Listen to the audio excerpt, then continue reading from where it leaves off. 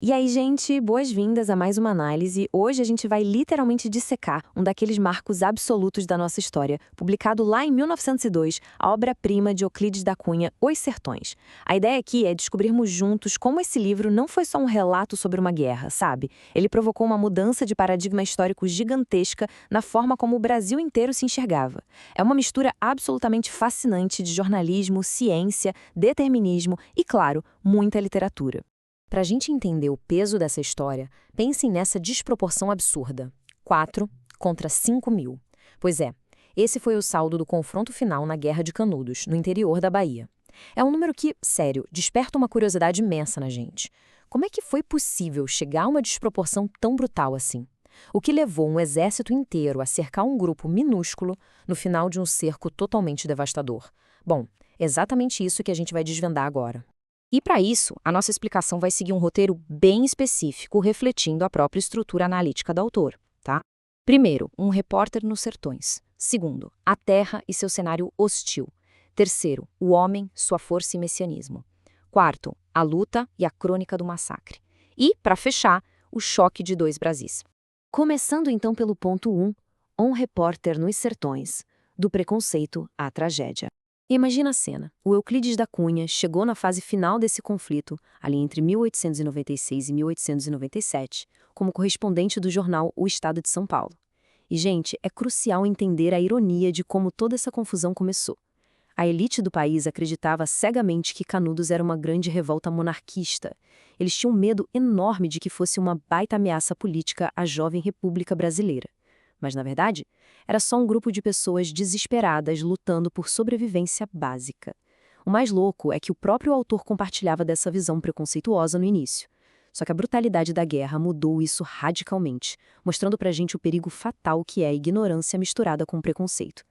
E para tentar dar algum sentido a todo aquele caos e a carnificina que ele estava vendo, o Euclides usou um método super científico, uma verdadeira estrutura trinitária. Ele dividiu tudo em 3 partes: a Terra, detalhando o cenário geológico; o homem, analisando toda a formação sociológica daquele povo; e, finalmente, a luta, narrando o choque inevitável.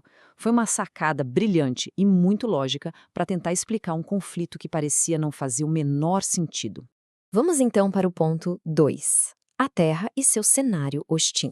Usando uma linguagem científica super densa, cheia de termos de engenharia, geologia e biologia, o autor pinta um quadro muito claro do semiárido nordestino. E reparem, não é só sobre descrever o clima, não.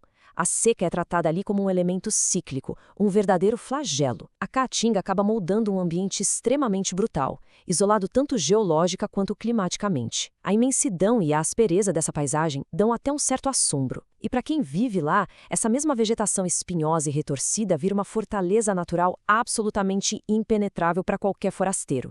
O que nos leva ao ponto 3, o homem, sua força e o messianismo. Agora prestem muita atenção nessa famosa observação sociológica que o Euclides faz. O sertanejo é, antes de tudo, um forte. É genial! O livro descreve uma simbiose simplesmente fascinante entre o homem e a caatinga.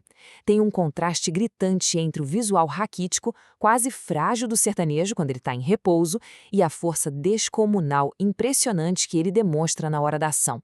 É como se aquele ambiente severo não apenas castigasse, mas forjasse de forma muito profunda a resistência humana.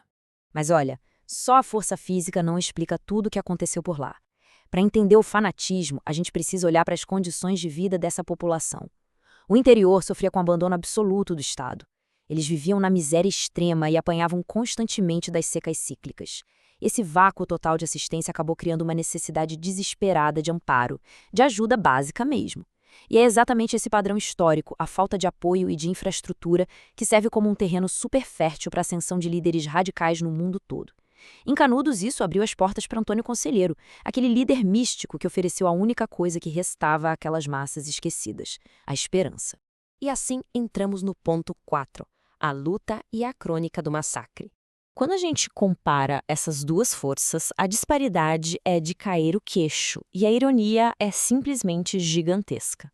De um lado, a gente tem o exército moderno da Jovem República que mandou nada menos que 4 expedições militares pesadamente armadas para lá. Só que os caras agiram com uma arrogância e uma incompetência absurdas, subestimando totalmente o inimigo porque não faziam a menor ideia da dureza do terreno.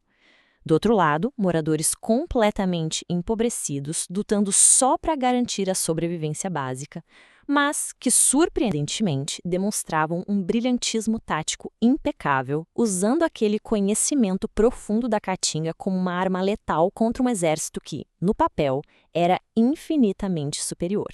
O que culmina no nosso quinto e último ponto, o choque de dois Brasis. E esse ilustra perfeitamente a verdadeira essência dessa obra. O que o Euclides da Cunha sacou ali não foi que estava acontecendo só uma batalha entre tropas. Foi, na verdade, a colisão trágica de duas realidades sociais completamente fraturadas no nosso país. De um lado, o Brasil do litoral, aquela elite ocidentalizada, urbana e superprivilegiada. E do outro, o Brasil do interior, a realidade totalmente esquecida, mística e sofrida do sertanejo. Simplesmente não existia diálogo entre esses dois mundos. Havia apenas incompreensão. Uma incompreensão tão profunda que acabou se tornando fatal.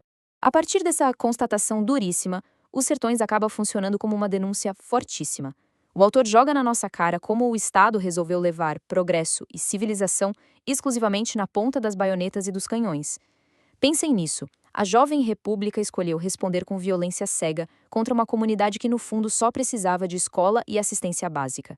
Ao invés de integrar os próprios cidadãos, o país optou por massacrar uma população que só estava tentando sobreviver a um abandono histórico. Para a gente realmente entender o peso dramático dessa tragédia, a linguagem do livro ganha um tom muito poético e sombrio na hora de descrever a aniquilação total. O povoado resistiu até literalmente não sobrar mais ninguém que pudesse ficar de pé e lutar. E a imagem final que encerra essa crônica é devastadora. Um idoso, 2 adultos e uma criança. Os últimos 4 enfrentando sozinhos o rugido de 5.000 soldados. Esse mergulho na história deixa a gente com uma daquelas reflexões que ficam martelando na cabeça, sabe? Como é que uma nação consegue equilibrar essa marcha implacável do progresso com a humanidade mais básica que ela deve aos seus cidadãos mais isolados? O choque brutal documentado por Euclides da Cunha não é só um eco do passado. É um espelho de como as nossas sociedades ainda lidam com realidades tão distantes dentro das suas próprias fronteiras. Fica aí o convite para vocês continuarem explorando esse texto sociológico atemporal, porque ele é realmente um divisor de águas. Muito obrigado por acompanharem mais essa análise com a gente e até a próxima.